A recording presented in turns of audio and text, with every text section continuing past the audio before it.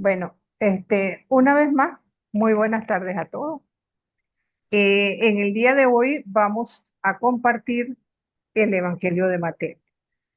Y es curioso porque quienes tenemos la experiencia de haber estudiado a Marcos, meternos con Mateo es como cambiar de registro teológico, pudiéramos decir eso, donde vamos a observar con muchísima facilidad dos hilos conductores, uno eclesiológico y uno cristológico. Entonces, desde el punto de vista de la narrativa, eh, está grabándose, ¿verdad? Que me está preguntando que si se está grabando. Sí, sí Sí, se está Sí, dice que grabando. sí. sí, Está, ahí exacto. aparece. Ok. Ajá. Bueno, decía que no, Mateo hace una síntesis, si se quiere, de dos proyectos anteriores, ¿verdad? El Evangelio de Marcos, de quien toma material, y la fuente Q. Y a eso suma su propia fuente. Recuerden, es cuando comenzamos este curso que hablábamos, ¿verdad? De que Mateo y Lucas comparten una tradición que aparentemente Marcos no la tuvo, pero ellos a su vez toman de Marcos, que se escribió primero de ellos, y cada uno de ellos hace investigaciones personales que suma a su evangelio. Por ello vamos a encontrar en Mateo, al igual que en Lucas, algunos textos que solamente están en ese evangelio y nada más. Entonces, estamos ante una obra también eminentemente narrativa, pero Mateo, en este caso, altera el orden de la fuente para hacer unas composiciones de carácter temático, para agruparlo por temas.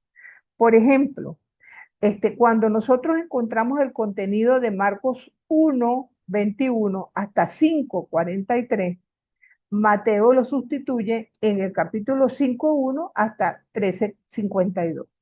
A diferencia de Lucas, que respeta el orden de Marcos. Entonces, aunque lo interrumpe, por supuesto, con material de la fuente Q. Entonces, cada evangelista de alguna manera tiene como una mentalidad distinta, ¿no? Y como en el fondo, a pesar de que hay testimonios históricos en los evangelios, vamos a decir, la finalidad de los evangelistas no es histórica, sino teológica, ¿verdad?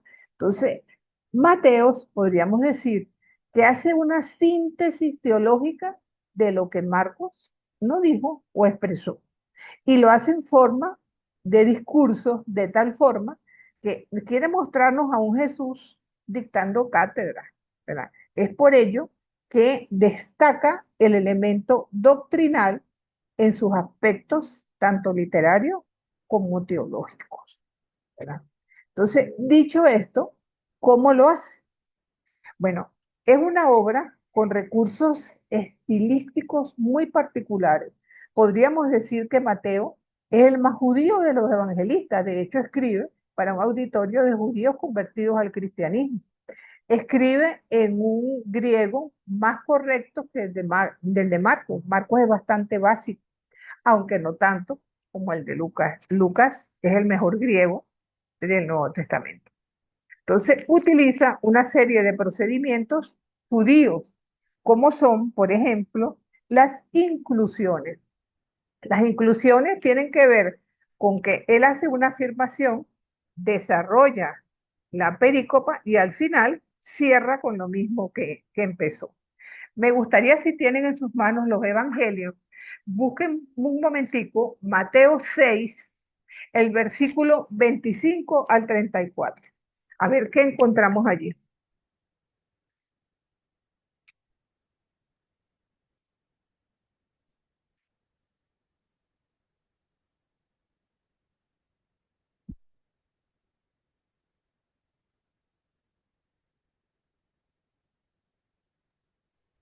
Disculpe, profesora, ¿qué versículo dijo? Ajá, en el capítulo sexto, ¿verdad? Ajá, Versículo 25 al 34. gracias.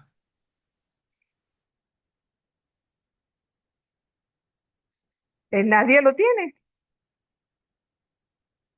Sí, aquí lo tengo. Adelante, Isabela. Ok.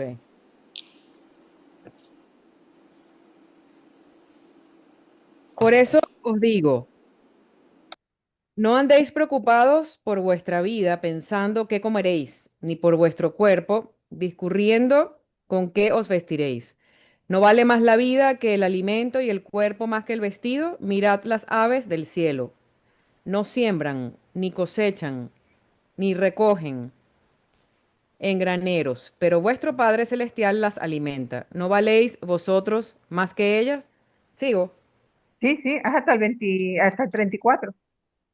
Por lo demás, ¿quién de vosotros puede, por más que se preocupe, añadir un solo codo a la medida de su vida?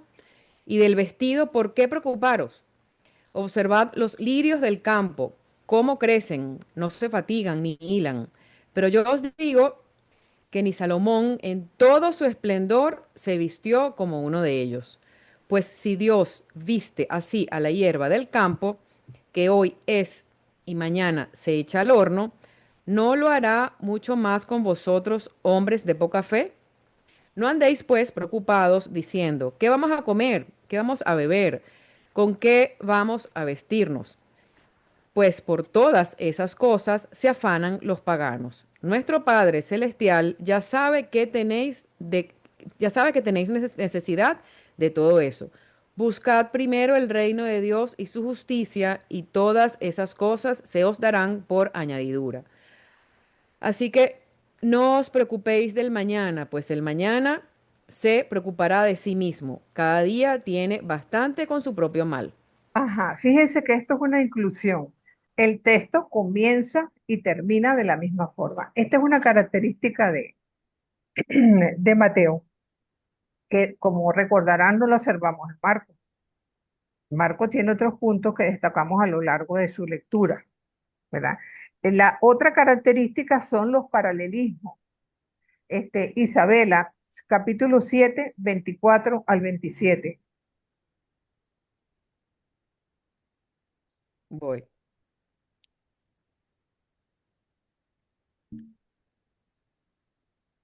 Ajá. Así pues, todo el que oiga estas palabras mías y las ponga en práctica, se parecerá al hombre prudente que edificó su casa sobre roca. Cayó la lluvia, vinieron los torrentes, soplaron los vientos y embistieron contra aquella casa, pero no se derrumbó, porque estaba cimentada sobre roca. Pero todo el que oiga estas palabras mías y no las ponga en práctica, se parecerá al hombre insensato que edificó su casa sobre arena. Cayó la lluvia, vinieron los torrentes, soplaron los vientos e irrumpieron contra aquella casa, que se derrumbó y su ruina fue estrepitosa. Ajá, palabra. Fíjense cómo los paralelismos en Mateo pueden ser contrarios o uno, de alguna manera, confirmar el otro. Pero generalmente el que escucha, el que no escucha, quien quiera salvar su vida, la perderá. Pero quien pierda la vida por mí, la ganará. Entonces, eso en Mateo es algo que de principio a fin vamos a observar la presencia de estos paralelismos. También la repetición de palabras, como esto con una finalidad catequética, ¿no? Lo que son justicia, juicio, hermano, envío, también situaciones que tienen que ver con lo escatológico, día de juicio, rechinar de dientes, parucía. Entonces, en Mateo, estas son expresiones que nosotros no encontramos en Marcos expresadas de esta forma.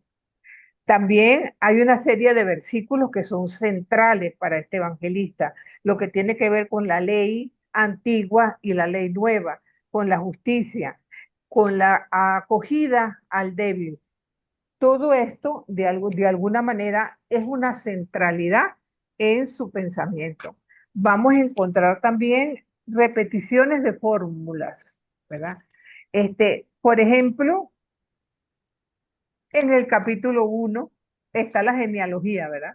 La genealogía, y entonces va diciendo, fulano, cuyo padre era sutano, él a su vez va a ser el padre de la siguiente generación. Esas se consideran como un catálogo por decirlo así, la genealogía. Entonces, esos temas están allí como presentes. También vamos a encontrar aquí las ordenaciones numéricas, ¿verdad? Hay 3 grupos de genealogía, cada uno de 14 nombres para un total de 42, ¿verdad? 3 apariciones de ángeles, 3 tentaciones, 3 obras buenas, cuando hagas limosna, cuando ores, cuando ayunes, son las 3 obras buenas. 3 veces se dirige al Padre en la oración en el huerto, ¿verdad? 3 son las negaciones de Pedro también. También el número 7 está presente. El número 7 entendido como totalidad. Las bienaventuranzas, ¿verdad? Las maldiciones, las peticiones del Padre Nuestro, las parábolas, los demonios. Entonces, 70 veces 7, que es lo que hay que perdonar. También el 2 aparece, los 2 endemoniados, los 2 ciegos, los 2 falsos testigos al momento del juicio de nuestro Señor. Y por supuesto, lo que se conoce como anticipaciones. Eso también está presente allí. Él anticipa el hecho haciendo como un pequeño resumen que más tarde se va a desarrollar. Por ejemplo, en el 4:12 viene a desarrollar o anticipa el destino trágico de Israel. De alguna manera lo presupone con estas anticipaciones que evidentemente recordemos que cuando se escribe el Evangelio ya esto es una realidad, el destino de Israel. Entonces adelante. Creí que alguien iba a decir algo. El Evangelio está constituido por unidades que se van como enganchando, que se van de alguna manera agrupando. Entonces, las técnicas literarias de Mateo son muy semejantes a las que utiliza cualquier escritor del Antiguo Testamento. Entonces, otra cosa, y es una característica interesantísimo en el Evangelio de Mateo, que siendo una obra doctrinal, la establece en 5 discursos, ¿verdad? ¿Por qué en 5 discursos? ¿Qué explicación encuentran ustedes a eso?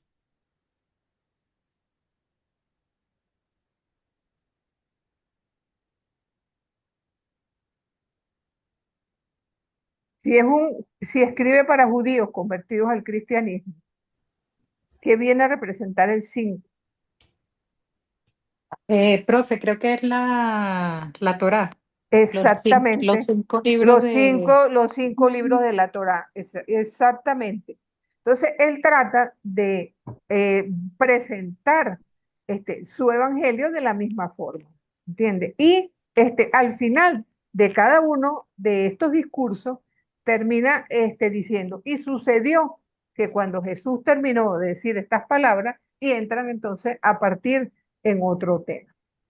Entonces, los 5 discursos de alguna manera conectan secciones narrativas y le dan sentido a la acción, ¿verdad? Ahora, ¿cuál es el primer discurso? El Sermón de la Montaña. ¿Dónde lo encontramos?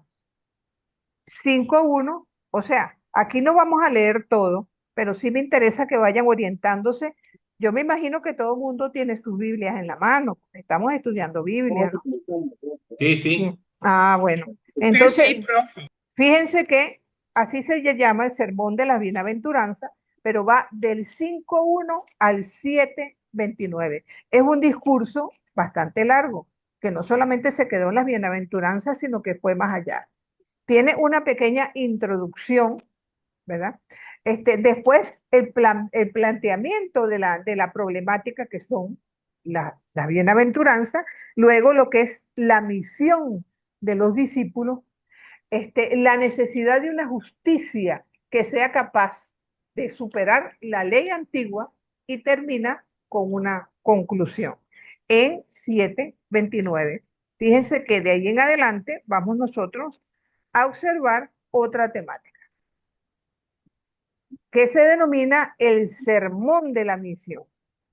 Y ese prácticamente lo vamos a encontrar entre 9:35 y 10:42. Váyanse ubicando en el texto 9:35, ¿verdad? A 10:42.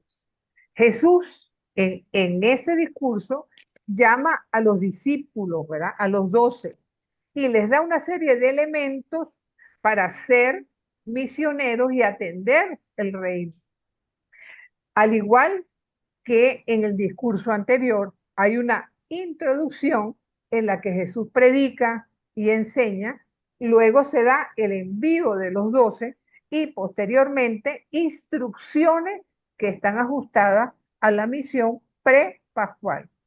Después entonces, es bien curioso que a partir del capítulo 10, versículo 17 en adelante, las instrucciones son al discipulado post-pascual. ¿Por qué? Porque es ahí donde va camino a Jerusalén, donde empieza a hablar de la necesidad de la cruz para todo el que sea capaz de seguirlo.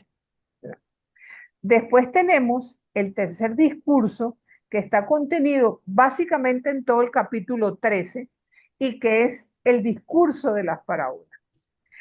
Nuevamente vemos cómo él, con finalidad catequética, ubica la mayor parte de las parábolas en esta sección. Entonces, él lo hace de manera didáctica, tratando de enseñar la importancia del reino de los cielos. 7 parábolas están agrupadas en este capítulo 13. Nuevamente, hay una introducción. Posteriormente, Jesús habla a la gente, relatándole la comparación, si se quiere, entre el reino con los ejemplos parabólicos que va poniendo, y después es un discurso a los discípulos para tratar de explicarle a ellos en privado, ¿verdad?, qué es realmente lo que quiso decir, y cierra con una conclusión, ¿verdad? Después viene, a partir del capítulo 18, el discurso eclesial. ¿Por qué lo ubica en este capítulo concretamente? Porque es un sermón para la iglesia, dirigido a la comunidad reunida que escucha y que está invitada a realizar el proyecto. Ya Jesús sabe que su muerte está cerca y evidentemente tiene que poner la base de esa comunidad que va a seguir su trabajo cuando él no esté. Entonces pone incluso la base de lo que es la vida en común de la comunidad, las condiciones para formar parte de esa comunidad, la importancia de proteger a los débiles, y tiene que ser una comunidad que esté abierta al perdón, ¿verdad? Y de alguna manera, nuevamente se da una conclusión. Finalmente, el quinto discurso es escatológico, y aquí estamos ante una serie de parábolas que van del capítulo 23 al 26, ¿verdad? Y que tiene como un equivalente, por decirlo de alguna manera, con el capítulo 13 de Marcos, el que habló de la destrucción y que en 3 días él podía nuevamente el templo reconstruirlo. Entonces, es un discurso en que podemos observar algunas partes como bien diferenciadas. Una que mira hacia atrás, hacia la ruptura con el judaísmo, y otra que mira hacia adelante, hacia la venida definitiva del reino. Esto se ve clarísimo en esos capítulos, donde también vamos a leer una serie de parábolas y que se va a estructurar en un primer momento, si se fijan en el capítulo 23 en adelante, la hipocresía de los fariseos. Por allí comienza, ¿verdad? O sea que es una verdadera crítica, ¿verdad?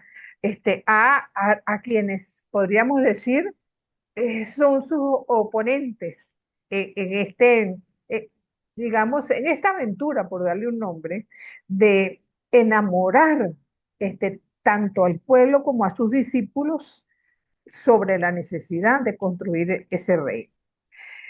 Hay algo que es bien simpático y lo vamos a ver a partir de este capítulo 23, donde hay una ruptura ruptura con el judaísmo que se da de manera abierta, con una serie de diatribas entre Jesús y las autoridades eclesiales, cuando Jesús, no se hagan llamar maestro, porque solamente uno es maestro. Ustedes son hipócritas, les encantan los primeros puestos en las comidas y los primeros asientos en la sinagoga. Ay de ustedes, letrados hipócritas, que cierran a los hombres el reino de los cielos, no dejan entrar a los que lo intentan. Hay de ustedes que recorren mar y tierra para ganar un partidario y cuando lo consiguen, lo hacen doblemente más merecedor del infierno que ustedes. Guía ciego. Es una palabra que es fuerte, pero donde abiertamente se ve que hay una ruptura con el judaísmo tradicional que está de alguna manera representado en esas autoridades que se presentan como antagonistas de Jesús. Después el discurso sigue, ¿verdad? Ya estaríamos ante el capítulo 24, ¿verdad? Cuando Jesús expresa que la venida del reino tiene que ver con la destrucción de Jerusalén. Premisa que evidentemente está tomada de Marcos, ya Marcos lo dijo en su momento. Entonces, también Jesús propone la parábola del ladrón y de los servidores fiel y malos, pues. Entonces, al mismo tiempo ofrece parábolas, perdón, que se consideran escatológicas, ¿verdad? La de las vírgenes, la de los talentos y la del juicio final. Entonces, allí, de alguna manera, enlaza con el principio que fue el Sermón de la Montaña, porque de esa manera enlazamos los 5 discursos de una manera genial, por decirlo de algún modo. ¿Qué más nosotros podemos decir acerca? Sí es verdad que me dijeron que lo pusiera grandote, Dios mío. Las claves de interpretación que nosotros podemos asumir de este evangelio. En primer lugar, el hombre es lo que lo caracteriza, la clave del ser humano. En primer término, la expresión reino de los cielos. Como los judíos no mencionan el nombre de Dios porque les parece una falta de respeto, vamos a encontrar que tanto Marcos como Lucas, sin ningún problema, hablan del reino de los cielos, pero Mateo no. Cuando quiere expresarse de esa forma, dice reino de los cielos, porque no quiere perturbar, ¿verdad? El sentir de la comunidad a la que dirige el mensaje.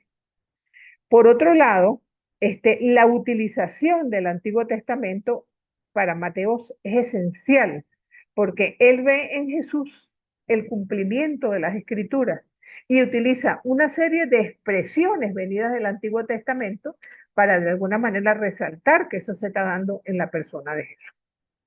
También podemos decir que este es el Evangelio del juicio, porque vemos que a lo largo de todo el Evangelio es una temática que se repite una y otra vez.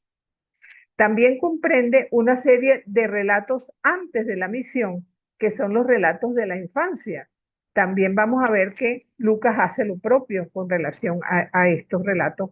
Y vamos a ver en comparación posteriormente cómo, en qué se parecen y en qué se diferencian concretamente estos dos relatos. Y evidentemente, la comunidad del discipulado para el evangelista Mateo es esencial. Y de allí vamos a tener como centro de todo el evangelio de Mateo, lo que tiene que ver con el sermón de la montaña. Entonces, podemos imaginarnos, ¿verdad? Así de una breve forma, cuál es el contenido de este evangelio que vamos a seguir profundizando. Ahorita ya te doy la palabra, Víctor. El manuscrito más antiguo de este evangelio lo vamos a encontrar en el papiro barcinonense, que tiene parte del evangelio de Mateo. Adelante, Víctor.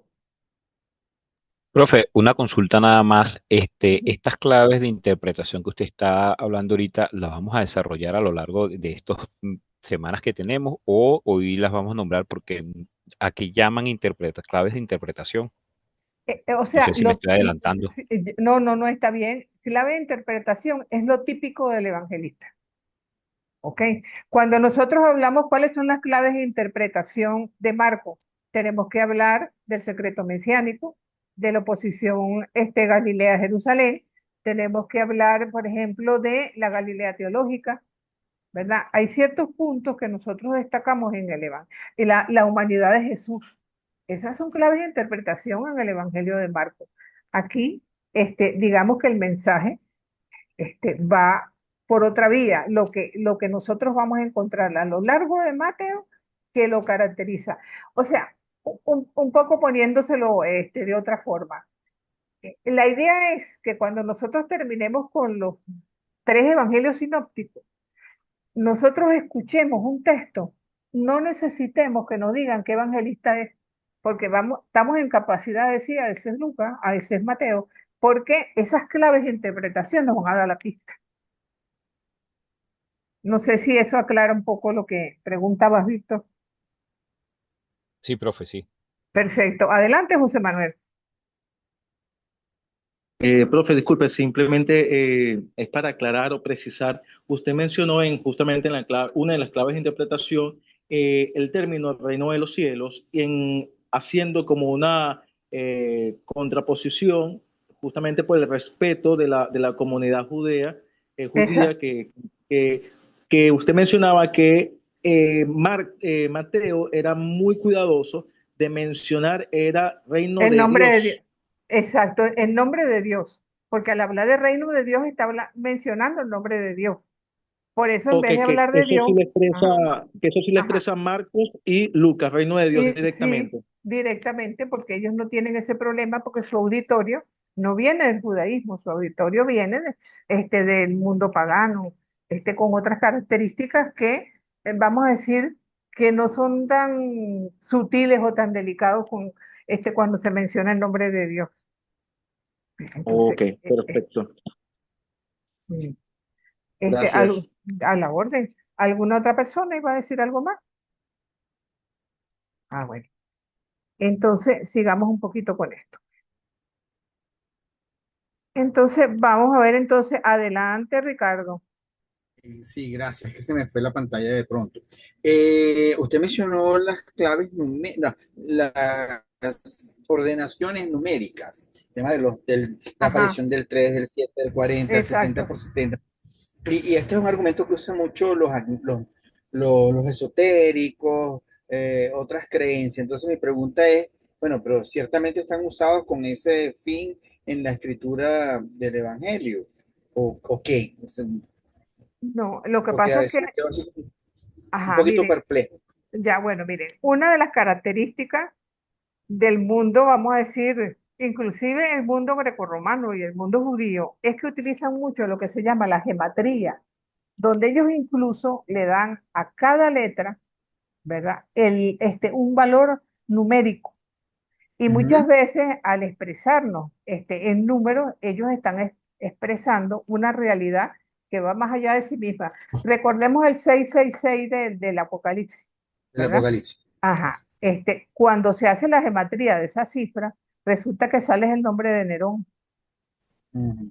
¿verdad? Entonces ellos, para quien conoce esa manera de expresarse, está clarísimo hablar de un emperador ya fallecido para ese momento, pero que pareciera que ha vuelto con más fuerza Domiciano, porque la persecución se ha convertido en una cuestión, vamos a decir, desatada completamente.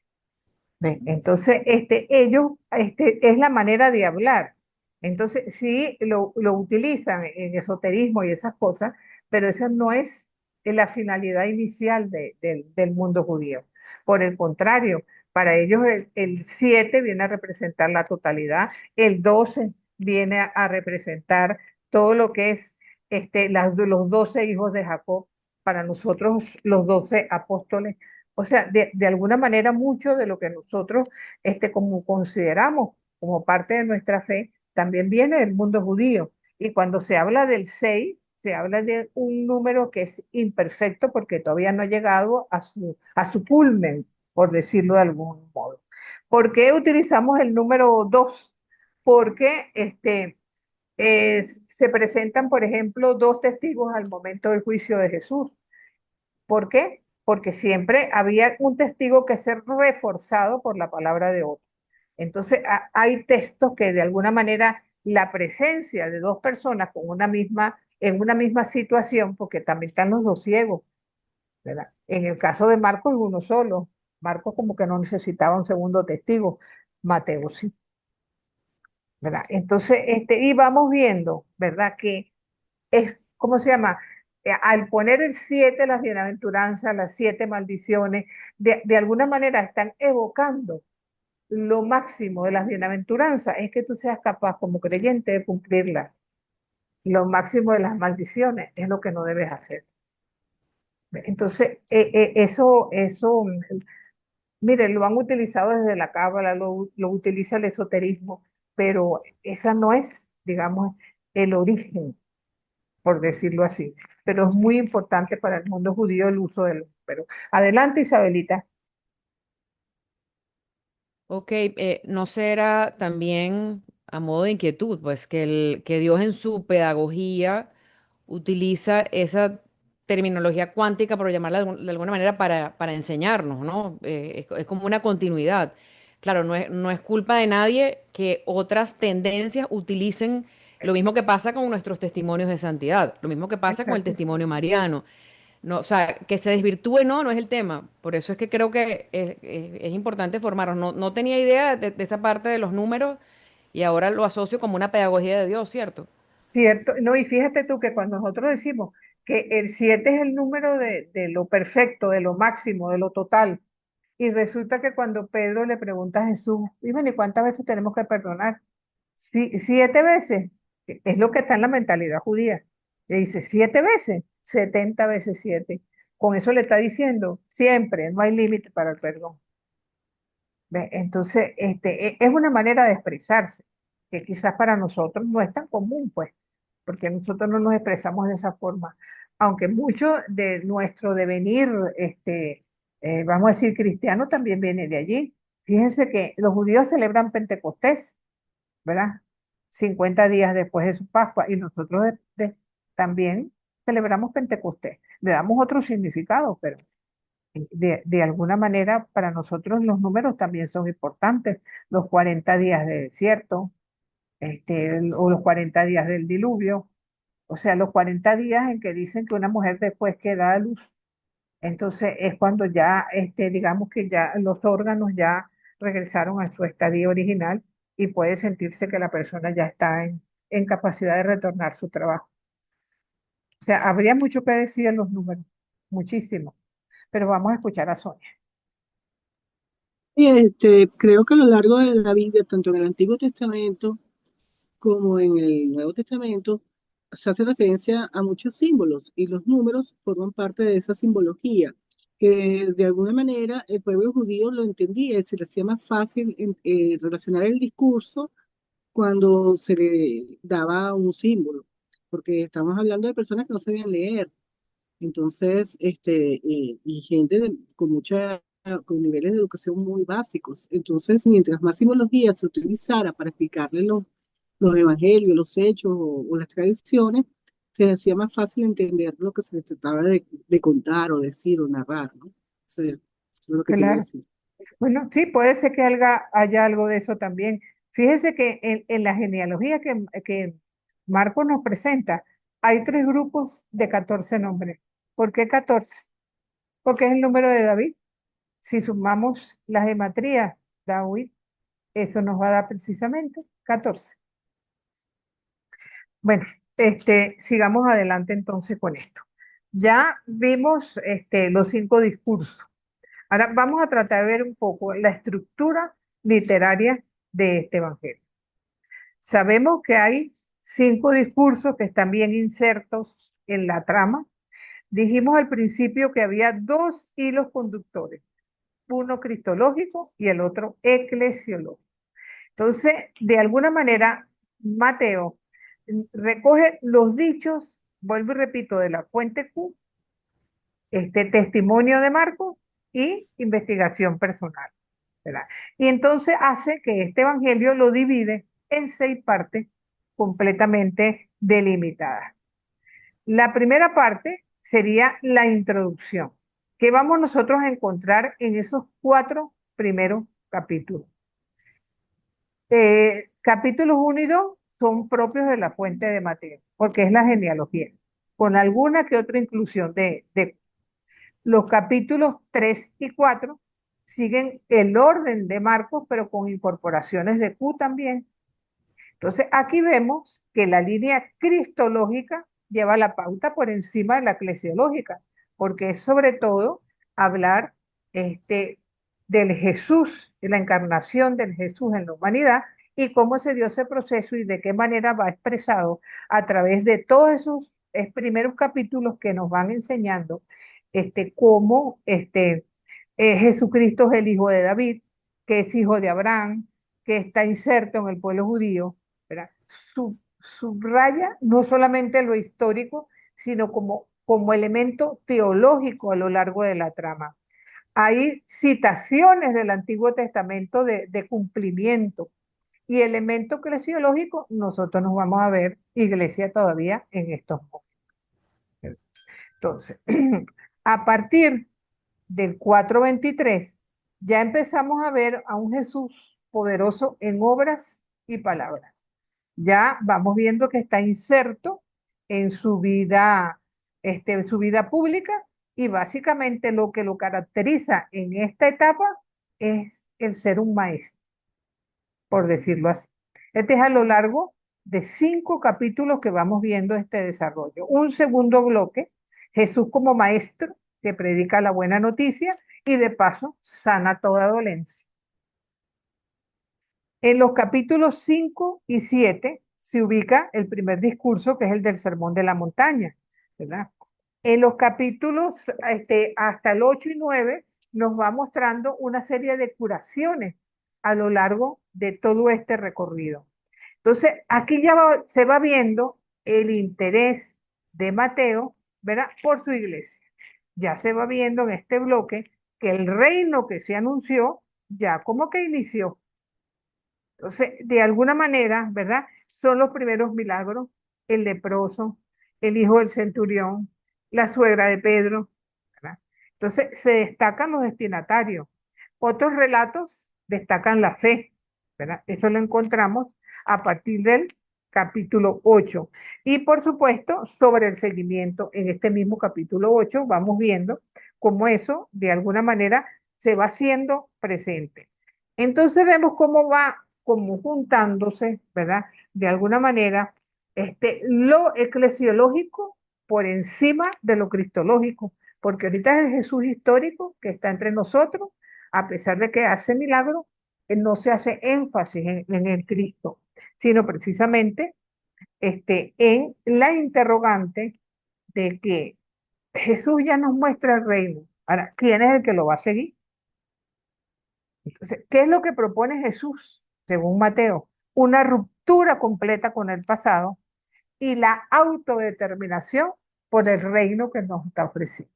Entonces, el elemento fundamental de la trama son las reacciones que Jesús va encontrando a lo largo de este proceso. A oposición de las autoridades judías, eso lo encontramos en 9:3 hasta el 11, el seguimiento de los discípulos, aquellos que le escuchan, ¿verdad? Aquellos que dudan, le sigue la muchedumbre, ¿verdad? Hay gente que se queda asombrada con su doctrina, ¿verdad? Entonces, vamos viendo cómo las palabras de Jesús van introduciendo un conflicto y plantean un dilema. ¿Le creo o no le creo? ¿Lo sigo o no le sigo? Entonces, vamos viendo, ¿verdad? Cómo es como una película en que vamos viendo que la trama se va como enredando, ¿verdad? Entonces, ¿qué sigue? Discípulos, envío y respuesta. Después vemos cómo Jesús los empieza a enviar. Bueno, yo me imagino que es un poco, ya que ha sido presentado como maestro por Mateo, Bueno, vamos a ver cómo se desenvuelven estos muchachos con lo que les enseñé, ¿verdad? Vimos en esta parte donde lo eclesiológico se hace presente, pero lo cristológico también. Jesús los envía a que traten de continuar su obra. Y de alguna manera, en esta parte donde está inserto el segundo discurso, recordemos que el segundo discurso incluye el llamado a los discípulos, entonces los ubica como seguidores de Jesús porque sus obras continúan a la del propio Jesús, que predican el lenguaje del reino, tienen un trabajo misionero itinerante y tienen que separarse de quienes se oponen al mensaje. Este rechazo, de alguna manera, es presentado en parangón con el rechazo de Jesús. Entonces, es un irles diciendo, así como me rechazan a mí, los van a rechazar también a ustedes. Entonces, en un principio, esta actividad de los discípulos se limita a Israel y es atribuida por los enemigos al poder de los demonios. También Jesús les recuerda que ellos también van a ser entregados en los tribunales, que también pueden ser torturados, que también van a ser muertos si continúan en su seguimiento. Entonces, el único elemento de discontinuidad en este momento entre Jesús y sus discípulos corresponde a la enseñanza. Jesús enseña, pero este poder no lo tienen los discípulos y no lo van a tener hasta el capítulo 28. Entonces, fíjense cómo, de alguna manera, Mateo no remite es meramente las palabras de Jesús, sino lo que realizan también los discípulos en esta etapa como una continuidad de lo que hace Jesús.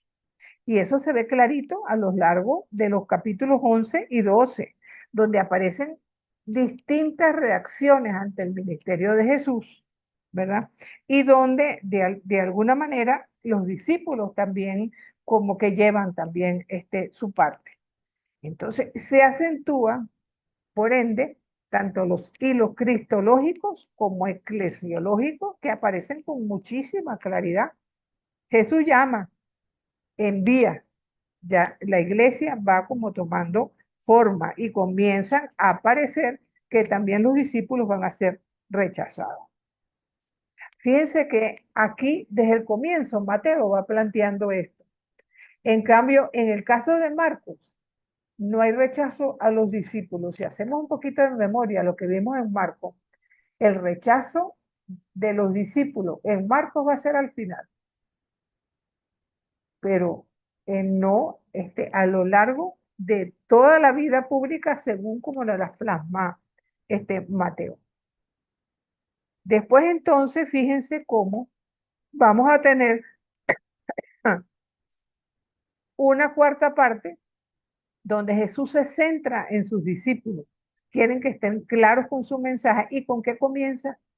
Precisamente con el discurso parabólico. Porque de alguna manera la temática aquí, el problema es la fe. Los discípulos deben crecer en la fe, porque los enemigos que siguen a Jesús cada vez tienen menos fe en Jesús, o mejor dicho, quizás nunca la tuvieron. Entonces, esto es interesante también, porque Mateo trata de no dejar mal a los discípulos. Ellos como que no entienden mucho, pero están intentándolo. Ellos como que de alguna manera, como que son un poquito torpes de pensamiento, pero ahí van, poco a poco como que Jesús los está orientando. En Marcos no, en Marcos ellos no sirven para nada. ¿Sí? En Marcos está clarito que Jesús se exaspera muchas veces. Caramba, ¿hasta cuándo les voy a explicar esto? Les explico a la gente, se los explico a ustedes y todavía no entienden. Les digo que si me tienen que seguir y quieren tomar mi cruz, van a pasar por lo que va a pasar yo. No, pero yo no quiero eso, Señor. Yo lo que quiero es estar a tu derecha o a tu izquierda, Señor, que me guardes un puestico allá arriba. Esto no lo van a ver ustedes en Mateo. Porque de hecho, cuando enfrentamos la subida a Jerusalén y el que Santiago y Juan quieren los primeros puestos a la derecha y a la izquierda, no son ellos en Mateo quien los pide, sino la mamá de Santiago y Juan. O sea, para dejar mal a la pobre señora, porque ellos no, ellos pobrecitos van poco a poco aprendiendo. ¿Sí? Entonces, es maravilloso cuando nosotros empezamos a ver un texto y buscar el paralelo de ese texto. A ver, ¿qué diferencia hay con ese paralelo? ¿Qué dice este que aquel no dice? ¿Por qué este hace énfasis en esta situación mientras que aquel ni siquiera lo menciona? Evidentemente, ese es un trabajo sabroso, pues, porque nos va, de alguna manera, no solamente comunicando el mensaje evangélico, sino que nos va metiendo de cabeza en el sentir y el pensamiento del Jesús histórico. Entonces, aquí, evidentemente, si es una etapa centrada en los discípulos, el elemento eclesiológico es el que va a estar básicamente allí. Nos muestran a un Jesús, ¿verdad? Que suscita la fe, que la subida a Jerusalén está en conflicto con el mundo que le rodea, que los discípulos de Jesús tambalean en la fe, que Jesús hace como un esfuerzo en ese intento de formar iglesia. De hecho, en el capítulo 16, que está en esta etapa del Evangelio de Mateo, es cuando se da la fe de Pedro, cuando Pedro atestigua y afirma, yo sé que tú eres el Hijo de Dios, el Cristo, el que había que venir. Confesión de Pedro. Eso está en el capítulo 16, del 13 al 20. ¿Lo quieres leer, Isabela?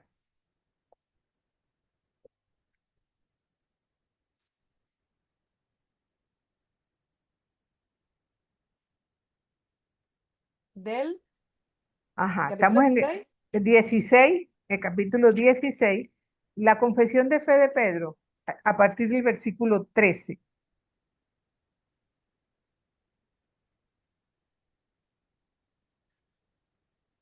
Ujú. Tras llegar Jesús a la región de Cesarea de Filipo, hizo esta pregunta a sus discípulos: ¿Quién dicen los hombres que es el Hijo del Hombre? Ellos respondieron: unos que Juan el Bautista, otros que Elías, otros que Jeremías, o unos que los profetas. Él les preguntó: ¿pero vosotros quién decís que soy yo? Simón Pedro contestó: tú eres el Cristo, el Hijo de Dios vivo. A esto replicó Jesús: bienaventurado eres, Simón, hijo de Jonás, porque no te ha revelado esto la carne ni la sangre, sino mi Padre que está en los cielos. Y yo, a mi vez, te digo que tú eres Pedro, y sobre esta piedra edificaré mi iglesia, y las puertas del Hades no prevalecerán contra ellas. A ti te daré las llaves del reino de los cielos. Lo que ates en la tierra quedará atado en los cielos, y lo que desates en la tierra quedará desatado en los cielos. Entonces mandó a sus discípulos que no dijesen a nadie que él era Cristo. Teología pura aquí. Sí, teología. Fíjense que aquí hablaste del reino de los cielos, ¿no? En Marcos este texto habla del reino de Dios. Entonces, bueno, ¿qué podemos nosotros entonces decir con respecto a esta etapa que es eminentemente eclesiológica? Porque Jesús lo que quiere es que sus discípulos tengan la fe suficiente para soportar la cruz que les va a llegar más tarde o temprano. La quinta etapa, que se considera escatológica, ya hay un discurso en este sector, y va 4 capítulos a partir del 18, que viene a ser un discurso netamente eclesial, donde Jesús pone las bases de cómo tiene que ser la comunidad. Sabemos que ya Jesús en esta etapa va camino a Jerusalén con sus discípulos, entonces no hay curaciones, más que todo en esta etapa no las hay, sino enseñanzas y parábolas sobre el rechazo, en las que Mateo subraya como dos ideas, ¿verdad? El rechazo de Israel y la advertencia a la comunidad cristiana. Israel no me quiere escuchar, lo estoy llamando a ustedes, es la apertura universalista del mensaje del reino, pero también una advertencia, no se crean que a ustedes no les pueda pasar. sea, es como una llamada de atención que también a cada uno de nosotros nos increpa también. Nosotros decimos creer, pero a veces damos un pasito para atrás, ¿verdad? Entonces, y finalmente el discurso de despedida que se da en el capítulo 23 y que de alguna manera se prolonga hasta la pasión, muerte y resurrección de nuestro Señor. Entonces, aquí se ubica el discurso escatológico precisamente, que está en Marcos en el capítulo 13. Adelante, Isabela. Ajá, ¿por qué aquí es que estaba leyendo, disculpa que haga esta pregunta, pero se supone que Juan no aparece en ninguno de los sinópticos? ¿Por qué entonces aquí, cuando hablamos de los discursos eclesiásticos, en las Ujú. condiciones para el seguimiento, que también lo vimos en Marcos, ¿por qué Ajá, más abajo aparece Juan? O sea, que porque Juan también acuérdate lo que dice. Juan y Santiago eran hermanos. Esos eran los Zebedeos, los hijos del trueno. Entonces, Juan aparece a lo largo de los evangelios. Eso, eso indiscutiblemente es así. Pero debemos recordar, y lo vamos a ver con Juan, por qué la comunidad juánica se distancia de los sinópticos cuando se supone que debe conocerlos, ¿verdad? Porque si se escribe casi a finales del siglo primero, este, se dice que Juan, el evangelista, fue discípulo de Jesús. Entonces, se supone que está en este lote, pues, de seguidores de Jesús, aun cuando su presencia no es tan denotada como la de Pedro. Y sin embargo, recuerden que hay momentos clave cuando la resucitación de la hija del funcionario, quienes acompañan a Jesús son Pedro, Juan y Santiago. Cuando es la transfiguración, son estos tres personajes quienes acompañan a Jesús. Al momento de Getsemaní, también son los mismos tres personajes. O sea que dentro del grupo de los 12, pareciera que ellos tienen como no vamos a decir que un papel especial, porque se supone que todos lo tuvieron, pero digamos una mayor presencia en los evangelios, ¿verdad? Eso está como clarito allí, pues. Entonces, no sé si eso responde tu pregunta, Isabela, o debemos ahondar un poco más. No, sí, sí, está bien. Ah, ok. Adelante, Briseida. Sí, también quería agregar que en la cruz, cuando Jesús estaba en la cruz, él le dijo a María, ahí tienes ahí tienes a Juan, ahí tienes a tu madre y a los que tienes a tu hijo. Sí, pero O sea, recuerda que Juan sí aparece en los evangelios sinópticos, pues. acuérdate que estás hablando ahí de la versión juánica. Ah, Estamos tratando ahorita primero de Mateo, imbuirnos un poco en los evangelios sinópticos, por eso dejamos un claro, poquito aparte al evangelio de Juan, que es donde aparece al pie de la cruz con su madre. Bueno, claro. entonces, en Gracias, esta profesora. última parte, ajá, adelante, Ricardo. Sí, yo tratando de comparar esto a Mateo con Marco. Yo cuando hicimos la lectura de Marco, yo sentí mucha más fuerza de la narración cronológica, por decirlo así, ¿no? Iba para este lado del río, se pasaba para el otro, iba para este pueblo y llegábamos a Jerusalén. Pero aquí yo noto mucho como la mano editorial del biblista o del escritor. Yo no sé si estoy equivocado. Esa ordenación en los discursos, aunque haya una cronología, yo siento más una intención editorial, por decirlo así. Estoy pensando en términos de una revista, como que si yo estuviera publicando una revista. O sea, de dar ese mensaje y ordenar el discurso y ponerlo así, porque me cuesta verlo, que esto haya aparecido, estos discursos hayan aparecido así espontáneamente y cronológicamente. Entonces, Hola. me gustaría saber su opinión. Bueno, recuerda que es a un auditorio de judíos convertidos al cristianismo. Por eso casi todo el mensaje tiene que ver un poco con ese sentir y pensamiento judío, ¿no? Donde de alguna manera el evangelista va conduciendo un mensaje de tal forma que le llegue a la comunidad y al auditorio que él dirige precisamente ese mensaje. Y una de las cosas que yo recuerdo haberles comentado era que el Evangelio de Marcos lo íbamos a ver a fondo con la finalidad de después ver los otros en contraste con Marcos, ¿no?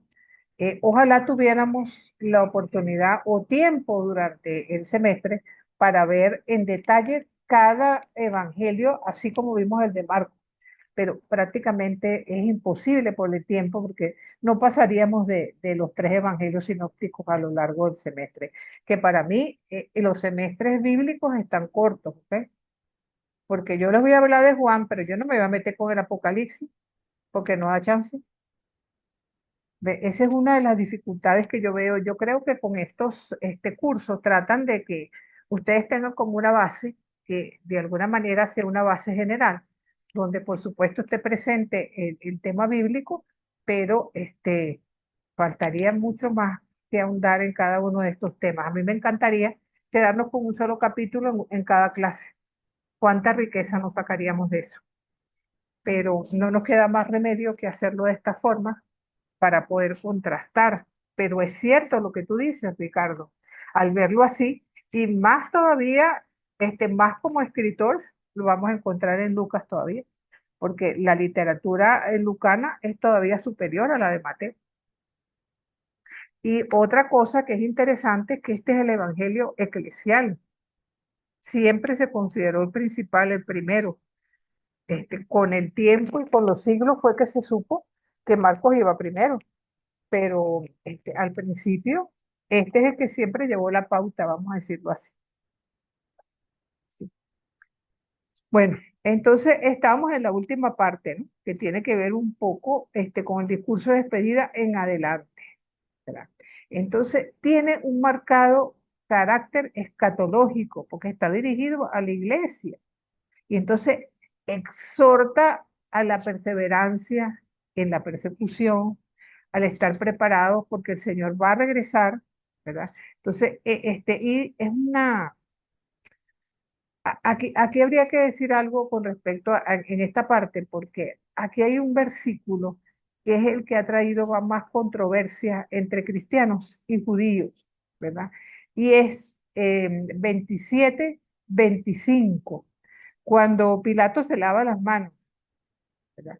Porque entonces, ¿qué es lo que se leyó a lo largo de la historia?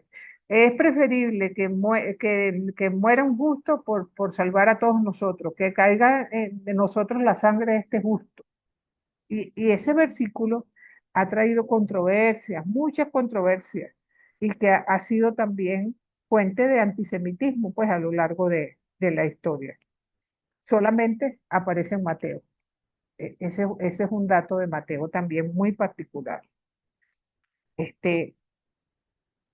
Podríamos decir que es básicamente el contenido del Evangelio de Mateo. Pero vamos entonces a ir un poco más allá, ¿verdad?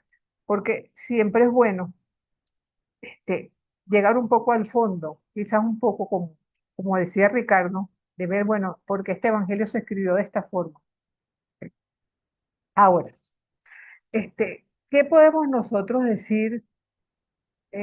Vamos a empezar por la comunidad. La comunidad de Mateo no es homogénea, mayoría de judeocristianos, pero muchos de esos son judeo-helenistas que se convierten al cristianismo y algunos que otros paganos que se convierten al cristianismo. Es una mezcla de experiencias, por lo que surgen demasiados conflictos en las comunidades. Es una comunidad que mantiene fuertes polémicas con el judaísmo. Por eso vemos esos ataques permanentes y esos discursos de controversia en boca de Jesús contra estos personajes. Porque aquí un poco la pregunta es la siguiente. Los que no se convirtieron al cristianismo discuten, pero bueno, ¿y quién es el verdadero pueblo de Dios? Nosotros somos el pueblo escogido, ustedes son nuevos, ustedes acaban de llegar, ¿verdad?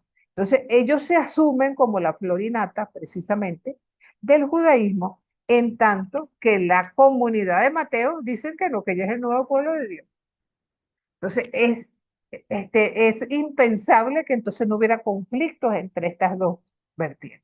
Y ahí viene el conflicto. ¿Quién es el verdadero intérprete de la escritura? ¿Cómo se debe interpretar la ley? ¿Dónde quedan los 613 preceptos o propuestas acerca de él.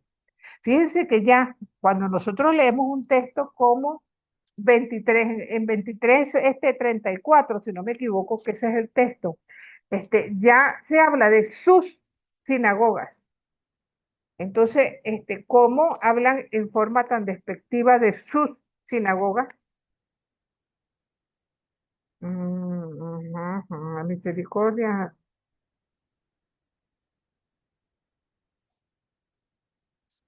La mía dice en las sinagogas. en la sinagoga. No, pero Las- debería ser sus sinagogas. ok. ¿Cuál Porque versículo, profe? el versículo, un momentico, 34, dijo. 34, 23, 23, 34. 23, 34.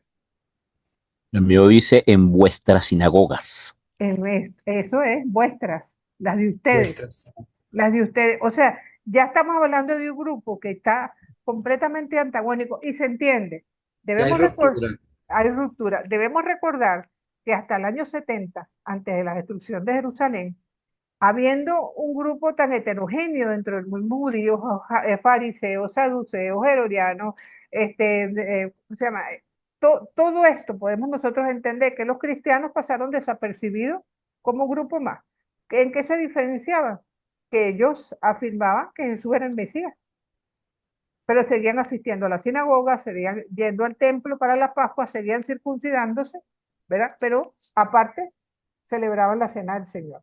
Pero después del año 70, la ruptura fue total. Entonces, estos evangelios no se escriben sino mucho más tarde.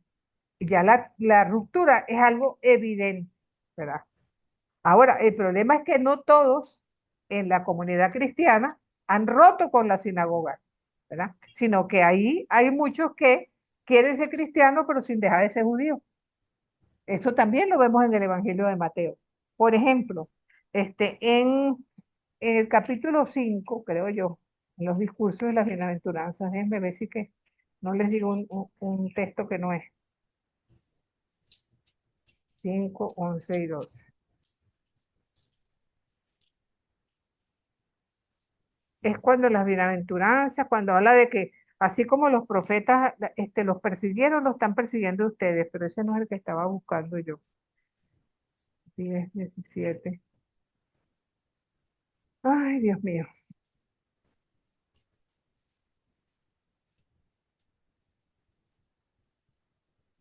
Ajá, el 10, 17, por ejemplo, y les leo. Cuidado con la gente, porque los entregarán a los tribunales, los azotarán en sus sinagogas, los harán compadecer ante gobernantes y reyes por mi causa, por dar testimonio ante ellos y a los paganos. O sea, por dar testimonio ante quién, ante los judíos. ¿Ves? Pero entonces, precisamente, hay dentro de la comunidad quienes todavía están así como Nini, vamos a decir. Adelante, Sonia.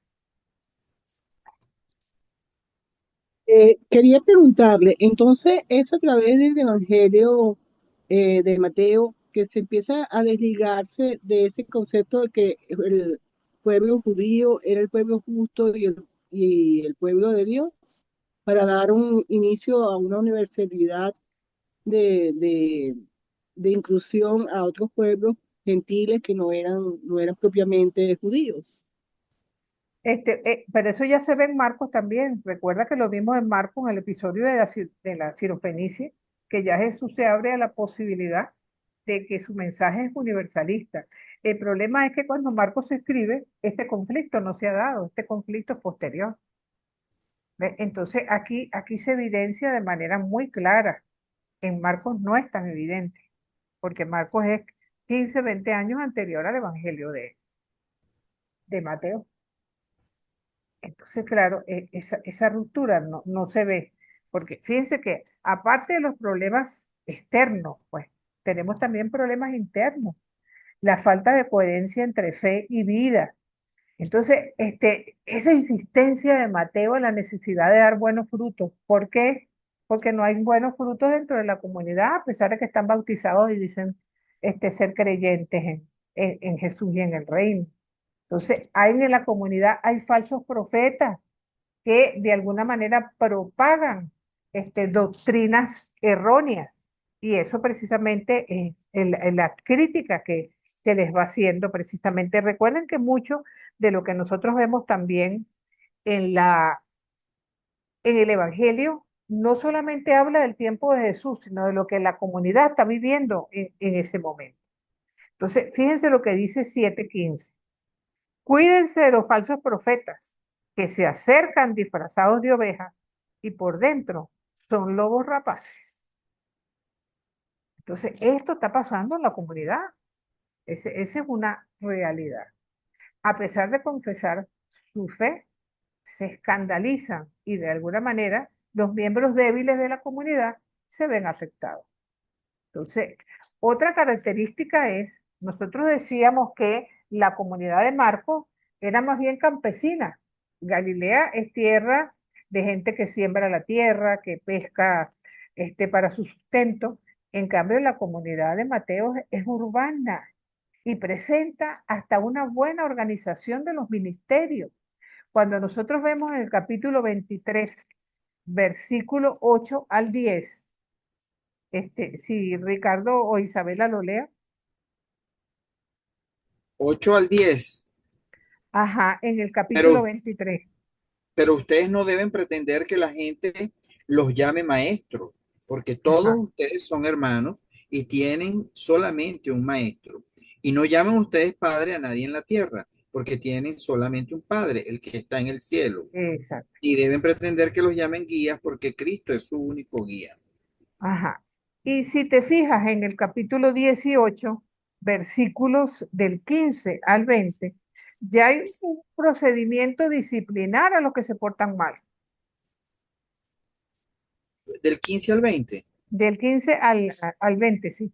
Si tu hermano te hace algo malo, habla con él a solas y hazle reconocer su falta. Si te hace caso, ya has ganado a tu hermano. Si no te hace caso, llama a una o dos personas más para que toda acusación se base en el testimonio de dos o tres testigos. Si tampoco les hace caso a ellos, díselo a la comunidad. Y si tampoco hace caso a la comunidad, entonces habrás de considerarlo como un pagano o como uno de esos que cobran impuestos para Roma. Les aseguro que lo que ustedes aten aquí en la tierra también quedará atado en el cielo, y lo que ustedes desaten aquí en la tierra también quedará desatado en el cielo. Ah, si quieres, Esto, déjalo hasta ahí, déjalo ok. hasta ahí. Pero fíjense cómo este mandato, atar y desatar, no como que no es solamente para Pedro, ¿no? Es para toda la comunidad cristiana. Ujú.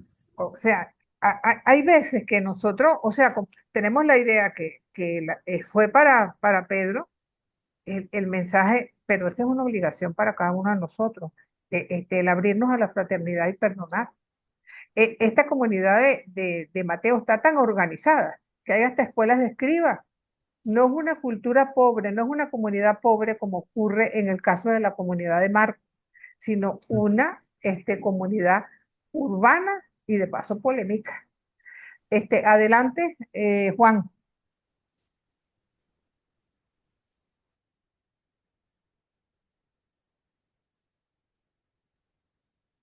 Juan, ¿será que Juan levantó la mano por error? Se le debe haber activado. Sí, adelante entonces, Ricardo. Cuando usted dice urbana, se refiere a que a Galilea, a Jerusalén, Citadina, citadina. pero a cualquiera de las ciudades A cualquiera de las ciudades más o menos exactamente, que no están en las periferias, pues. que no están en las periferias. Ok. Exactamente. Entonces, y vamos a algo, ¿no? Ya apareció, no apareció Juan. Entonces, y por otro lado, la comunidad de Mateo se la sitúa en Antioquía. Pero antes le doy la palabra a Johnny. No han bajado la mano ni Ricardo ni Briseida. Buenas tardes, profesora. Buenas Quiere tardes, decir Johnny. que nosotros podemos decir que el Evangelio de Mateo es uno de los evangelios que hace más referencia a la ley judía. Sí, así es, Ok, gracias, así profe. es. Y es lógico, porque el auditorio mayoritariamente es judío. Bueno, judío no, ya viene del judaísmo, pues por decirlo así.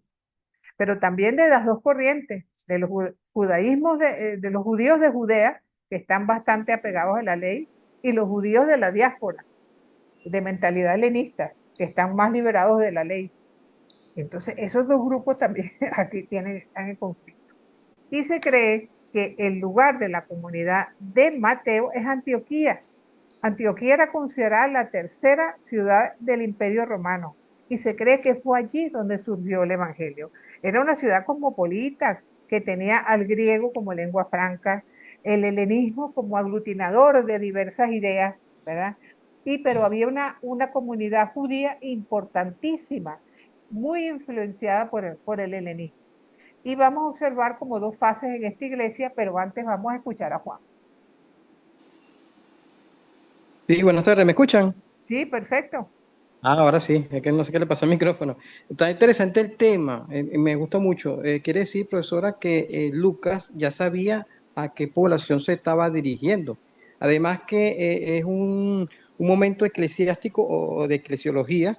Él se busca de ir apoyando y formando a las personas, porque él ya sabe que están convertidos, entonces él como que está dando las directrices a fin de que la iglesia se siga formando poco a poco. ¿Es correcto, verdad? Correcto, pero Mateo, ¿viste? No Lucas, dijiste Lucas. A Lucas no hemos llegado. Perdón, no es Mateo, Sí, disculpe, me es equivoqué. Mateo, Perdón, sí. perdón. Adelante, Julieta. Sí, veo un enorme contraste en el Evangelio de Mateo y de Marcos. El de Marcos es así como un evangelio que Sabrosito. relata un cuento, que relata una historia, que es como, tiene una inocencia, lo que quiere es contar lo que pasó, mientras que el Evangelio de Mateo es un evangelio pedagógico ya después de la destrucción del templo en el año 70, ya todo su mundo ha cambiado. Y el mensaje de Jesús entonces ya tiene hay como una maduración del mensaje, una comprensión del mensaje que no la había en Marcos, ¿no? Claro, algo así. Y esa parte pedagógica de ver la iglesia a futuro, ¿no? Verlos a ellos como los portadores del mensaje. Me parece que son dos evangelios que contrastan como el proceso de maduración muy bonita y muy evidente la diferencia a la luz de lo que usted nos ha ido contando, porque uno como lego no se da cuenta de estas cosas maravillosas, ¿no? Sí. Pero Por me eso les parece digo, interesantísimo. cualquier texto que lean, vean si ese texto que ustedes vayan a leer está en los otros evangelios. Y eso les va a permitir una lectura completamente horizontal de los textos. Y entonces ya no están estudiando uno, están estudiando varios a la vez. Sí. Adelante, José Manuel. Siguiendo un poco con lo que estaba diciendo Julieta, me impresiona el contraste enorme, porque claro, veo que Marcos, una palabra que bien utilizó Julieta, muestra los hechos con inocencia, pero no inocencia de ingenuidad, sino de no hacer daño, simplemente algo neutro, un jabón saludable, ¿no? En cambio, estoy viendo aquí en Mateo, es un proceso más bien de organización. Frente a una comunidad organizada, él trata entonces de ser más organizado.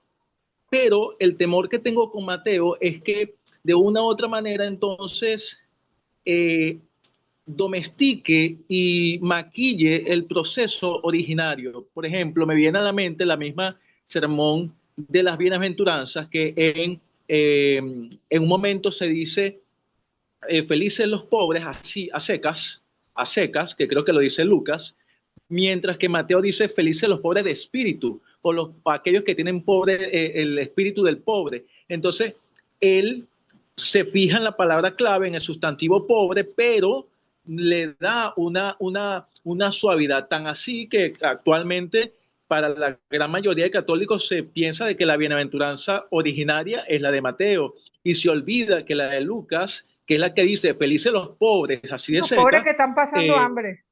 Los pobres que están pasando hambre. hambre. Exactamente. Exacto, entonces, porque fíjate que las otras bienaventuranzas de Lucas se van dibujando desde un sentir pobreza o desprestigio, los que lloran, los que tienen hambre y sed de justicia, mientras que Mateo es como todo espiritualizado.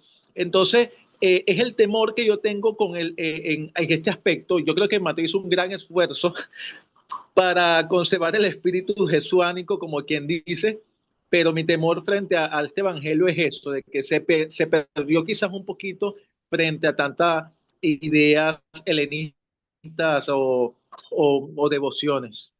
Claro, no, tiene razón en lo que afirma. Así es, así es. Pero veremos entonces cuando veamos a Lucas qué nos queda ahí entonces en contraste con los dos anteriores. Adelante, Víctor. Mi duda es sencilla. ¿Por qué si de estos tres evangelistas, Marco, Mateo y Lucas, si el único que vivió directamente de la fuente fue Mateo, se separa más del de Marcos, si el que lo vivió de frente, VIP, fue él, en Bueno, comparación mira, con Marco? bueno, allí ahorita vamos a entrar un poco en quién fue el autor, para responderte con más profundidad a esa pregunta, ¿no? Pero básicamente recordemos que el contexto del Evangelio de Marcos es muy distinto al contexto del Evangelio de Mateo y Lucas en cuanto a contexto histórico, ¿no? Las cosas que están pasando en ese momento son bien difíciles, tanto para la comunidad judía como la comunidad que vino desde el judaísmo al cristianismo. ¿Sí? Ya aclaramos un poco que la Antioquía es probablemente la ciudad de la comunidad de Juan. Se cree que en esta ciudad probablemente algún, vamos a decir, un cristiano helenista, por decirlo así, huido de Jerusalén, pudiera ser el autor de este evangelio, donde por primera vez se aceptó a los gentiles en su seno. Y ahí tuvo un papel importantísimo la figura de Saulo. Estoy hablando de Antioquía, ¿no? Antioquía como ciudad. ¿Verdad? Entonces surgen como dos polos de atención. Por un lado, Jerusalén, por el otro lado, Antioquía, como ciudades donde va a haber una ebullición del cristianismo, por decirlo así. Entonces, Jerusalén es más estricta, Antioquía es más liberal, porque más es la influencia griega en el entorno, que por otro lado en Jerusalén no es así. Y sin embargo, fíjense cómo los Hechos de los Apóstoles nos regalan, el capítulo 15, lo que fue el primer concilio de la iglesia, el concilio de Jerusalén, que en el fondo fue una asamblea de estas dos iglesias, la iglesia de Antioquía, la iglesia de Mateo y la iglesia de Jerusalén, ¿verdad? Entonces, de algún modo, entonces, este evangelio se considera como el evangelio de la iglesia de Antioquía. Así la ven algunos padres de la iglesia. Está escrito en griego, pero la mentalidad con la que se escribe es netamente judía. Y ese origen antioqueño está respaldado por Ignacio de Antioquía, por San Policarpo también, que habla de Mateo como el evangelista de Antioquía. Ahora, ¿qué características tiene este evangelio? Dos a nivel teológico. Primero, la liberación de la ley. Eso básicamente, recordemos que el énfasis que hace Jesús en que a ustedes se les dijo, pero yo les digo. Eso está clarito aquí. El hecho de que es capaz de sintetizar dos tradiciones. Una venía del judaísmo, así como cuestiones particulares como la enemistad en la familia, las ovejas perdidas del pueblo de Israel, algunos otros textos con corte universalista, por decirlo así, pero viene a ser un encuentro de tradiciones porque se chocan esas dos tradiciones, Jerusalén y Antioquía. Antioquía por el entorno geográfico, Jerusalén por el fondo de donde viene la comunidad. Entonces, sobre todo es una lucha con el judaísmo, pero de cuño farisaico, ¿verdad? También hay conflictos intraeclesiales, porque no se practicaba dentro de la comunidad la verdadera justicia. Y para Mateo, Pedro es el prototipo del discípulo y el garante de las tradiciones, porque así lo presenta el evangelista Mateo. ¿En qué fecha se cree que este evangelio fue escrito? Por Ignacio de Antioquía. Él afirma que fue hacia el año 85 aproximadamente. Y la primera de Pedro también hace suponer que no puede haber sido escrito bajo ninguna circunstancia antes de los años 80. Cuando en Mateo 22:7, no sé si recuerdan ese texto del banquete nupcial, se hacen algunas frases en ese texto que no pueden explicarse más que con que la destrucción de Jerusalén ya es un hecho, y que eso ya pasó hace un buen rato. Ahora, vamos a lo que Víctor comentaba, el autor. Una tradición que se remonta a Papías, imagínense el tiempo de eso, según el testimonio que transmite Eusebio de Cesarea, que se considera el primer historiador de nuestra iglesia, se atribuye al apóstol Mateo. Entonces, la mayoría de los autores no dan crédito a esta afirmación, sino que creen que es probable que el autor haya sido, ¿verdad?, un judeocristiano desconocido, porque se piensa que un testigo presencial, como hubiera sido Mateo apóstol, no marcaría ni trataría las fuentes como lo hace Mateo. Y eso no parece verosímil para un hombre como Mateo, que fuera, siendo un publicano, capaz de escribir una obra como esta. Entonces, recordemos que generalmente cuando hablamos de autor, y esto lo hemos dicho en varias oportunidades, no solamente podemos pensar en una persona, sino en toda una comunidad que reflexiona y que en base a esa reflexión vamos nosotros a encontrar, ¿verdad? De alguna manera que se hace referencia, ¿verdad? A una persona quizás la más renombrada, la más conocida, es probable que sea la comunidad de Mateo el apóstol, por eso el nombre lleva su nombre. Pero la escritura a lo mejor fue la sumatoria de todos los miembros que la conformaban. Ahora, ¿qué podemos nosotros decir en cuanto a contexto teológico? No sé quién tiene la mano levantada, si Víctor no la ha bajado o es que... Yo, Ajá, Ricardo, yo. adelante. A propósito de eso que usted está diciendo, por ejemplo, en el Génesis hay también una escritura coral, es decir, hay tradición yavista, tradición Ajá. eclesiástica, hay muchos géneros y uno siente los cambios de texto a texto, pero yo no, aquí en esto quizás me falta exposición al texto, pero yo no siento esos cambios que deberían ser propios de una escritura coral. Es correcto eso, o sea, hay una escritura que es la sumatoria de varios autores en este caso.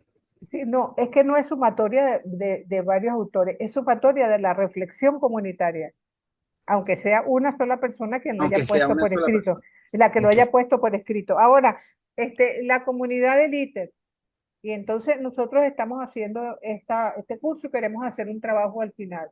Cada uno pone su granito de arena en cuanto a un tema concreto. Bueno, ¿qué nombre le vamos a dar? A lo mejor entonces le ponemos el nombre, eh, José Gregorio Hernández, por ejemplo, porque para nosotros el significado del nombre de José Gregorio es importante. Entonces sería José Gregorio que lo escribió, es la comunidad que de alguna manera es partícipe de ese proceso. O que lo escriben todos ustedes y resulta que al final es Ricardo el que lleva el mote como que fue el que lo escribió y resulta que fue todo el curso del primer semestre del semestre agosto, o septiembre, febrero del año 25-26. Bueno, pero mi idea es que si no se sienten esos saltos de estilo o de orientaciones, etcétera, entonces sí hay como una curaduría de todo el texto. Claro, Esa persona ahora un autor, pero como fruto de una reflexión, un autor que está colectiva. colectiva, estamos viendo, caramba, la comunidad está dividida, están pasando estas cosas en la comunidad, ¿por qué pasa esto? ¿De qué manera se da lo otro? O sea, eso de alguna manera se hace evidente en ese momento. Entonces, podemos nosotros incluso decir de este evangelio, que hay varios puntos claves para tratar de entenderlo en su totalidad, si es que podemos llegar a eso, a entender completamente lo que los evangelios nos, nos plasman en un 100%. Hay confrontación entre dos pueblos, Israel como pueblo de Dios y la iglesia como nuevo pueblo. Vemos también lo que veíamos al comienzo. Por un lado hay continuidad, porque mucho del Nuevo Testamento nos viene del Antiguo, pero también hay ruptura, porque Jesús es el Mesías que se envió a Israel. ¿Cómo nos lo muestra Mateo? Con la genealogía, el hecho de que Jesús sea judío, las narraciones de la infancia, que establecen un paralelismo extraordinario con Moisés. se insiste una y otra vez que es el hijo de David. Durante la vida pública de Jesús, de alguna manera la insistencia a la apertura del mensaje al pueblo de Israel, las citaciones de cumplimiento, lo que son palabras judías, atar y desatar, ¿verdad?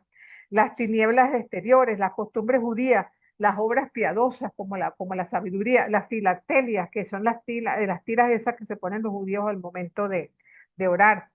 Entonces, el pago del diezmo son cuestiones que nos vienen del mundo judío, pero también otra característica es que el Mesías fue rechazado. El pueblo sigue a Jesús, pero las autoridades también. Unos le sirven con fe y otros para quitarle la vida. Al final, los que lo rechazan son los que van a tener la última palabra. O sea, se da una completa dialéctica entre aceptación y ruptura entre los que rodean a Jesús. Por otro lado, el que se considere esta comunidad como nuevo pueblo de Dios necesariamente plantea si hay o no discriminación con las raíces judías, porque en algunos aspectos quizás los hay. De hecho, la polémica antijudía que vemos a lo largo de los últimos capítulos, históricamente todos los exégetas piensan que esta polémica fue real. Si eso no lo hubiera vivido la comunidad de Mateo, esa confrontación, si se quiere, entre Antioquía y Jerusalén, eso no estuviera presente en el Evangelio. La aceptación, incluso en esta comunidad de paganos cristianos, hizo también que eso se hiciera como más evidente, pues, vamos a decir así. Y el rechazo más evidente se da, por supuesto, en los tiempos de Pablo. Recordemos los hechos de los apóstoles que nos relatan las persecuciones, incluso la muerte de Esteban, ¿no? Como el primer mártir, vamos a decir así. Entonces, ¿cómo se llama? De alguna manera vemos cómo se va diciendo, si ustedes son capaces de aceptar a Jesús y se convierten, esa polémica está en el corazón de la comunidad judío-cristiana, ¿verdad?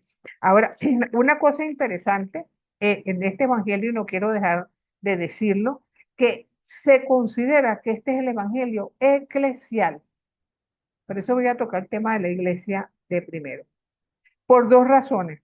Es el único evangelio donde aparece la palabra iglesia, ¿ok? Y lo hace dos veces.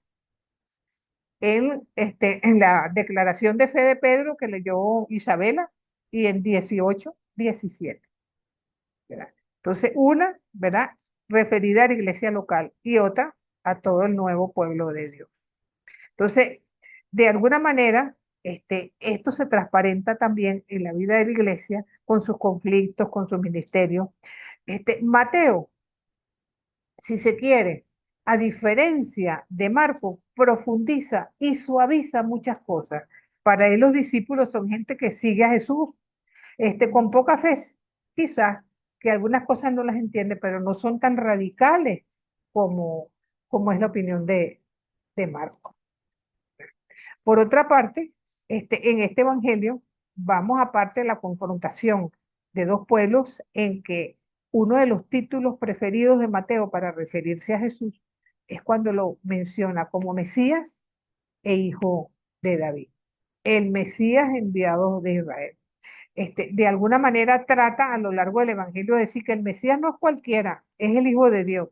Por tanto, su descendencia es davídica y por ende lo presenta desde el comienzo con la genealogía, ¿verdad? Pero un Jesús que de paso es hijo de Dios por encima de todo. La forma en que lo va presentando el evangelio es procesual, de algún modo. La primera vez es en 2:15, cuando se le da el título. Después en el bautismo, este es mi hijo muy amado. Después comienza en el camino a Jerusalén, que tiene su culmen en el episodio de la transfiguración, cuando calma la tempestad, en la confesión de fe de Pedro, ¿verdad? Entonces, de alguna manera, cuando está clavado en la cruz, también es considerado como hijo de Dios, así dice el cartelón, y lo retan. No eres el hijo de Dios, bájate de ahí, pues, bájate de ahí, bájanos a nosotros también, como decía el ladrón que no se arrepiente, pues, por decirlo así. Entonces, es el primero que es capaz de reconocerlo como hijo de Dios es el centurión en la cruz, no es el viejo Israel. Ya eso nos evoca Mateo hacia la universalidad. Cuando en el capítulo 28, ya después de la resurrección y las apariciones, los discípulos son enviados a proclamar que Jesús es el Hijo de Dios. Pero también Jesús es el Señor, ¿verdad? Ante los discípulos, ante Pedro, que lo llama como tal, ante quienes son curados, llaman Señor. También con función apocalíptica, ¿verdad? Porque para la comunidad matiana, hablar de Jesús como Señor es invocarlo de una manera muy especial. Pero es también el Dios con nosotros, el Emmanuel, del que hablaban las Escrituras. Y eso queda evidente en 18:20, cuando dice, cuando dos o tres están reunidos en mi nombre, yo estoy en medio de ustedes. Dios con nosotros. El Hijo del Hombre, que es tan característico en el Evangelio de Marcos, aquí también se menciona, aunque vamos a decir, le da como mayor profundidad, porque lo menciona en su ministerio, durante la pasión y muerte, durante la resurrección y todavía cuando habla de la parucía de la segunda venida de Cristo. Entonces, vamos viendo, ¿verdad? Cómo Jesús, por otra parte, es el nuevo Moisés. Recordemos que la genealogía y los relatos de la infancia nos colocan a Jesús de salida a Egipto, y al igual que Moisés a punto de perder la vida, finalmente regresa hacia la tierra prometida. Entonces, también estamos hablando de la iglesia de Jesús. Tú eres Pedro, y sobre esta piedra construiré la iglesia. Entonces, edificaré, prevalecerá. Entonces, de alguna manera, Mateo quiere hacer como énfasis de que Jesús está en medio de la comunidad, que Jesús es el Hijo de Dios, que está vinculado a la alianza y que tiene una presencia permanente y en continuidad. Recordemos que este evangelio termina diciendo, yo estaré con ustedes hasta el fin del mundo. Esa presencia siempre viva y actuante en la comunidad. En ese mismo capítulo 28, ya ustedes no serán llamados discípulos, sino hermanos, y yo, el hermano mayor resucitado. O sea, es una manera, si se quiere, diferente de expresar lo que Marcos nos dijo, pero le da como una mayor profundidad. Fíjense que hay algo bien curioso con relación a los discípulos. En Mateo, la palabra apóstol aparece solo una vez, en 10:2. Un evangelio que es netamente eclesiológico y sin embargo la palabra apóstol traducida como enviado aparece una sola vez. Pero el contexto de discípulo se repite mucho, una y otra vez, ¿verdad? El discípulo es el cristiano que convive en la comunidad. De alguna manera, ese es el mensaje que nos va dejando Mateo de una u otra forma.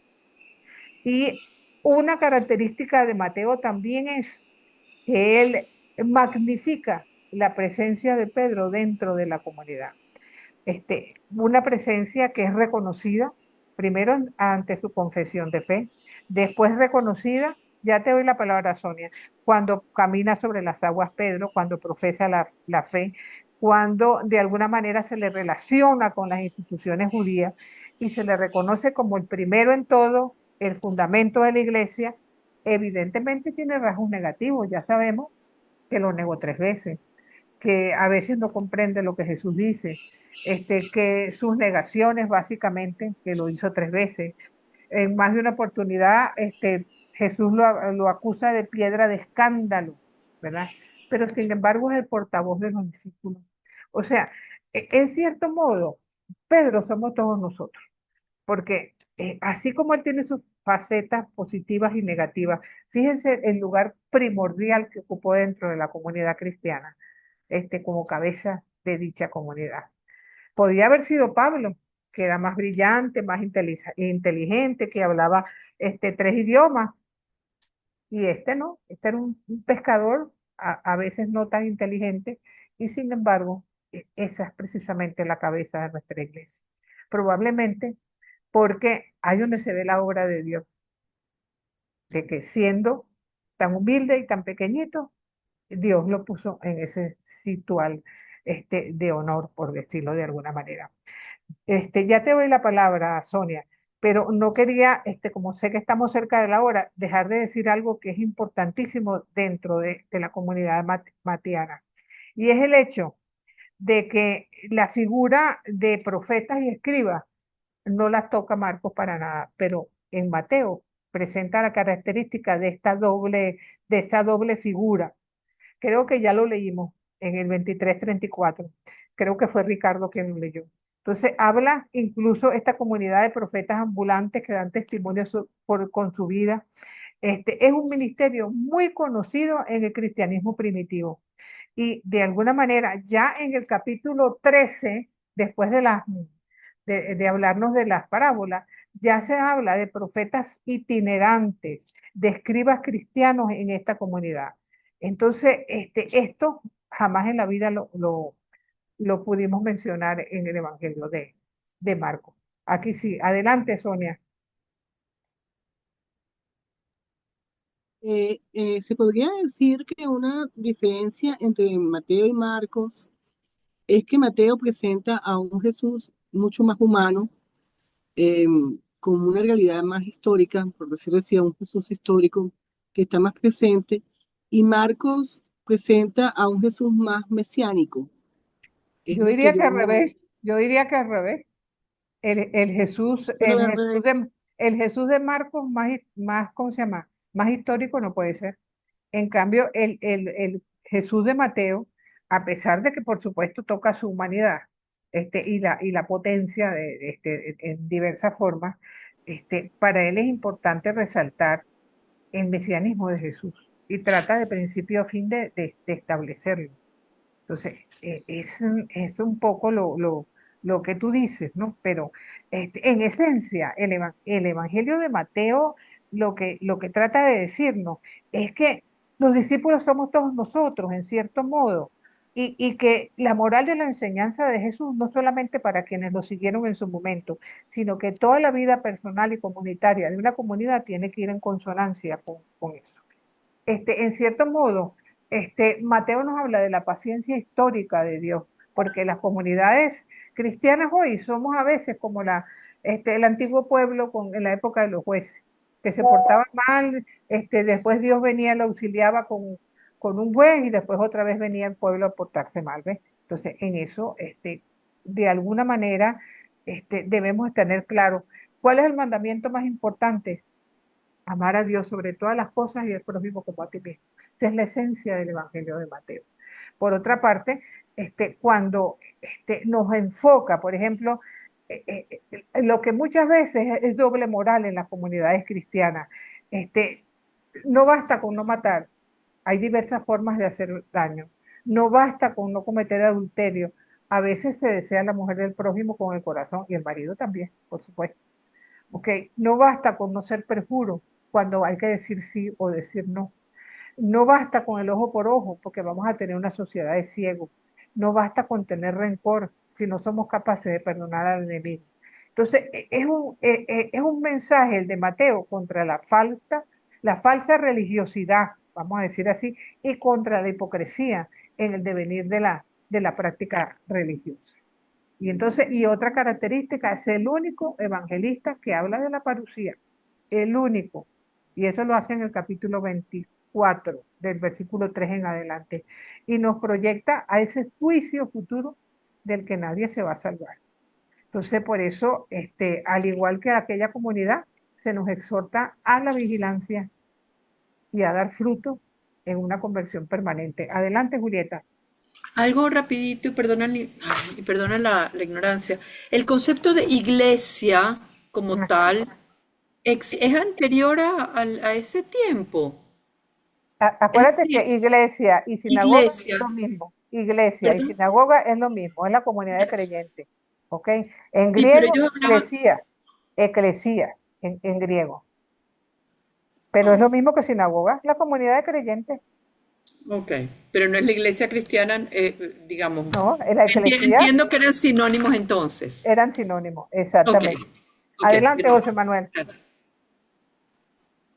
Profe, antes de que se termine la clase rapidito, es para yo estar preciso acerca del ensayo. Ajá.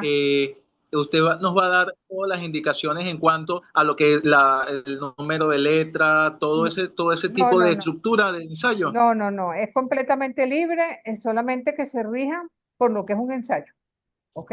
Que no es una monografía, que no es una reseña, ¿ok? No es un foro, ¿ok? Recuerden que los ensayos no tienen ni introducción, ni tienen conclusión. La bibliografía sí, por supuesto. Entonces, bueno, estamos sobre la ¿Cuántas hora. páginas, profe? ¿Cuántas páginas el Mira, ensayo mínimo? no más de 3. Yo creo que hasta 2 es mucho. Ok, ¿Ok? gracias.